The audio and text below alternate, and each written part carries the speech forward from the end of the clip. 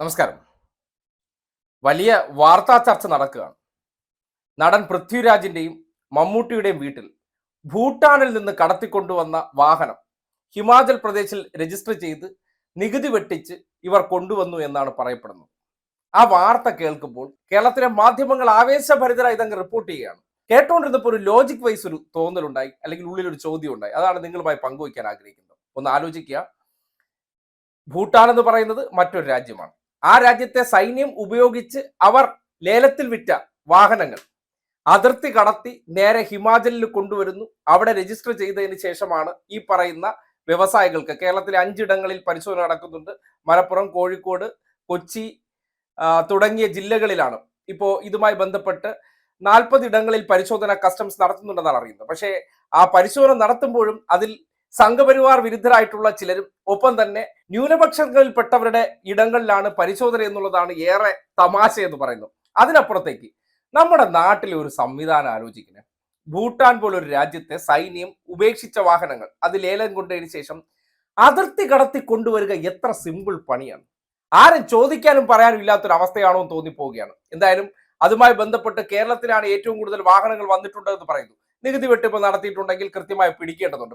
കാര്യം എല്ലാവരുടെയും വീട്ടിൽ പരിശോധനകൾ നടത്തേണ്ടതുണ്ട്. കാര്യം നമ്മുടെ നാട്ടിലെ ഒരു കേന്ദ്ര സഹവാഴാജിയും നികുതി വെട്ടിപ്പുകാരനായിരുന്നു. നേരത്തെ പോണ്ടിച്ചേരിയിൽ കൊണ്ടുവന്ന അദ്ദേഹം ഒരു ആഡംബര വാഹനം ഇല്ലാത്ത മേൽവിലാസം ഉണ്ടാക്കി രജിസ്റ്റർ ചെയ്തതിനെ സംബന്ധിച്ചുള്ള വിവരങ്ങളൊക്കെ പുറത്തു വന്നിട്ടുണ്ട്. അതുകൊണ്ട് സകലരും മാന്യന്മാരൊന്നുമില്ല. അങ്ങനെ വാഹനം കൊണ്ടുവന്നിട്ടുണ്ടെങ്കിൽ കൊണ്ടുവന്നിട്ടുള്ളവർ ഈ രാജ്യത്തെ സംബന്ധിക്കുന്നിടത്തോളം നികുതി വെട്ടിക്കുന്നത് തെറ്റ് തന്നെയാണ്. ഇനി എത്ര വലിയ ഉന്നത നടനാണെങ്കിലോ അല്ലെങ്കിൽ ഇനി മറ്റേത് രാഷ്ട്രീയക്കാരനാണെങ്കിലും അതൊക്കെ തെറ്റായിട്ടുള്ള കാര്യം. പക്ഷേ സംവിധാനങ്ങൾ എത്രമാത്രം പരാജയമാണെന്ന് എന്തുകൊണ്ട് ചർച്ച നടക്കുന്നില്ല എന്നുള്ളതാണ്. ഇപ്പോ നമ്മുടെ സംസ്ഥാനത്തിനകത്തുള്ള ഒരു വാഹന കച്ചവടം നമുക്ക് മനസ്സിലാക്കാം. അങ്ങോട്ടും ഇങ്ങോട്ടും കടന്നു വരുമ്പോൾ അതിന്റെ ടാക്സുമായി ബന്ധപ്പെട്ട പരിശോധനകളൊന്നും ഇല്ലേ എന്ന് പറഞ്ഞാൽ ഇന്റർസ്റ്റേറ്റ് വാഹനങ്ങൾ നികുതി അടയ്ക്കുമ്പോൾ കടത്തിവിടുന്നതാണ്. പക്ഷേ ഒരു രാജ്യത്തിൽ നിന്ന് ഏജന്റുമാർക്ക് ഈസി ആയിട്ട് നമ്മുടെ രാജ്യത്തേക്ക് വാഹനം കടത്തിക്കൊണ്ടുവരാൻ കഴിയുമെന്ന് പറയുമ്പോൾ സ്വാഭാവികമായിട്ടും അത് ആരുടെ കഴിവുകേടാണെന്ന് നമ്മൾ പറയേണ്ടി വരികയാണ്. കൊണ്ടുവന്ന് കോൺഗ്രസ് ഭരിക്കുന്ന ഹിമാചൽ പ്രദേശിൽ വെച്ച് അത് രജിസ്റ്റർ ചെയ്യുന്നു. അതിനുശേഷം ഇത്തരം വാഹനങ്ങൾ കൊടുക്കാനുണ്ടെന്ന് അറിയുമ്പോൾ സ്വാഭാവികമായിട്ടും കാശുള്ളവരും വാഹനത്തെ താല്പര്യമുള്ളവരും അത് സാധാരണ വിപണിയിലുള്ള വിലയേക്കാൾ കുറച്ച് കിട്ടുമെന്ന് അറിയുമ്പോൾ വാങ്ങിക്കുന്നത് മഹാ അപരാധം. വാങ്ങിക്കാൻ പാടില്ലത്രേ. ഏജന്റുമാർ മുഖേന തന്നെയാണല്ലോ ഈ സെക്കൻഡ്സ് വാഹനങ്ങൾ വാങ്ങിക്കുന്നത്. നമ്മുടെ നാട്ടിൽ ഈ സെക്കൻഡ്സ് വാഹനങ്ങൾ എന്ന് പറയുന്നതോ അല്ലെങ്കിൽ ഇമ്പോർട്ട് ചെയ്യപ്പെടുന്ന വാഹനങ്ങൾ എന്ന് പറഞ്ഞാൽ എന്തെങ്കിലും മോശം കാര്യമായിട്ടുള്ളതാണോ, അല്ലെങ്കിൽ അത് വാങ്ങുന്ന എന്തെങ്കിലും നിയമവിരുദ്ധ പ്രവർത്തനമാണോ? വാങ്ങിക്കുന്നവരെ സംബന്ധിക്കുന്നിടത്തോളം പേപ്പർ വർക്ക്സ് നോക്കുമ്പോൾ കറക്റ്റ് ആണോ ഇല്ലയോ എന്നല്ലേ പരിശോധിക്കാറുള്ളൂ. ആ പേപ്പർ വർക്ക്സ് എല്ലാം കറക്റ്റ് ആണെന്ന് തോന്നുന്നുണ്ടായിരിക്കുമല്ലോ ഇപ്പോ പൃഥ്വിരാജ് ആയിരുന്നാലും അല്ലെങ്കിൽ ദുൽഖർ സൽമാൻ ആയതുകൊണ്ടെല്ലാം ആ വാഹനം വാങ്ങിയിട്ടുണ്ടാവുക. അത് എന്തോ തെറ്റ് ചെയ്തു എന്ന രീതിയിൽ അവരെ കോൺട്രൈസ് ചെയ്തുകൊണ്ട് ഇത് പറയുമ്പോൾ സ്വാഭാവികമായിട്ട് നമ്മുടെ നാട്ടിലെ ചില സംവിധാനങ്ങളുടെ പരാജയമാണ് ഇവരെ പോലുള്ളവർ ഇരയാകുന്നത്. അവർക്ക് വാഹന കമ്പമുള്ളവരാണ്, വാഹനങ്ങൾ താല്പര്യമുള്ളവരാണ്. അവർ നിൽക്കുന്ന ഇൻഡസ്ട്രി വെച്ചിട്ട്, അവർ ചെയ്യുന്ന ജോലി വെച്ചിട്ട് അവർ അത്തരം വാഹനങ്ങൾ വാങ്ങിക്കാൻ ക്യാപ്പബിൾ ആണ്. അവർ അത് വാങ്ങുന്നു. അതിലെന്താണ് തെറ്റ്?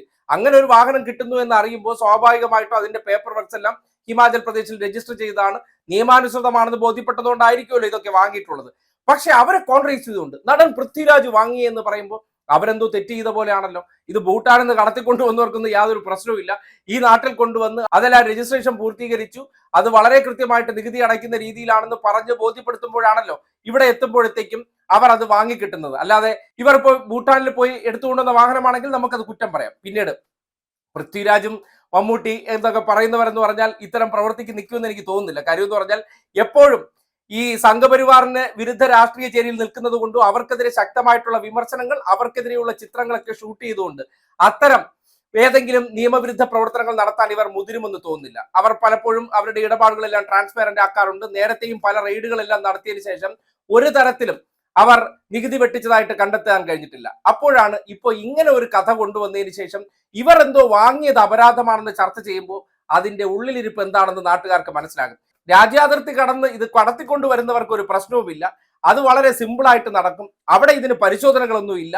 വാങ്ങിപ്പോയ ആൾ അയാൾ നികുതി അടച്ചില്ല എന്ന രീതിയിൽ മാധ്യമ വേട്ടയ്ക്ക് ഇരയാക്കുക എന്ന് പറഞ്ഞാൽ ചിലരുടെ ക്രെഡിബിലിറ്റി തെറിപ്പിക്കുക എന്ന ദുരുദ്ദേശം ഇതിന്റെ പിന്നിലുണ്ടോ എന്ന സംശയം ബലപ്പെടുകയാണ്. കേന്ദ്രത്തിന്റെ അന്വേഷണ ഏജൻസികളുടെയൊക്കെ ഉദ്ദേശം എന്താണെന്ന് നാട്ടുകാർക്കെല്ലാം നല്ല ബോധ്യമുള്ളത് കൊണ്ട് തന്നെ ഈ വിഷയവുമായി ബന്ധപ്പെട്ട് പൊടുന്നനെ ഭൂട്ടാൻ എന്നൊരു രാജ്യത്തു നിന്നുള്ള വാഹനം പൃഥ്വിരാജ് പോയി വാങ്ങിച്ചിട്ടില്ല, മമ്മൂട്ടി പോയി വാങ്ങിച്ചിട്ടില്ല, അല്ലെങ്കിൽ ദുൽഖർ സൽമാൻ പോയി വാങ്ങിയിട്ടില്ല. പക്ഷേ അവരുടെ പേര് വലിച്ചിഴച്ച് അതൊരു വലിയ വാർത്താ കച്ചവടമായി ആഘോഷിക്കുമ്പോൾ കേൾക്കുന്നവരെ പെട്ടെന്ന് തെറ്റിദ്ധാരണ ഉണ്ടാക്കാൻ വേണ്ടിയുള്ള ഒരു ഇടപെടൽ അതിന്റെ പിന്നിൽ പ്രവർത്തിക്കുന്നുണ്ടോ എന്നുള്ള സംശയം ബലപ്പെടുകയാണ്.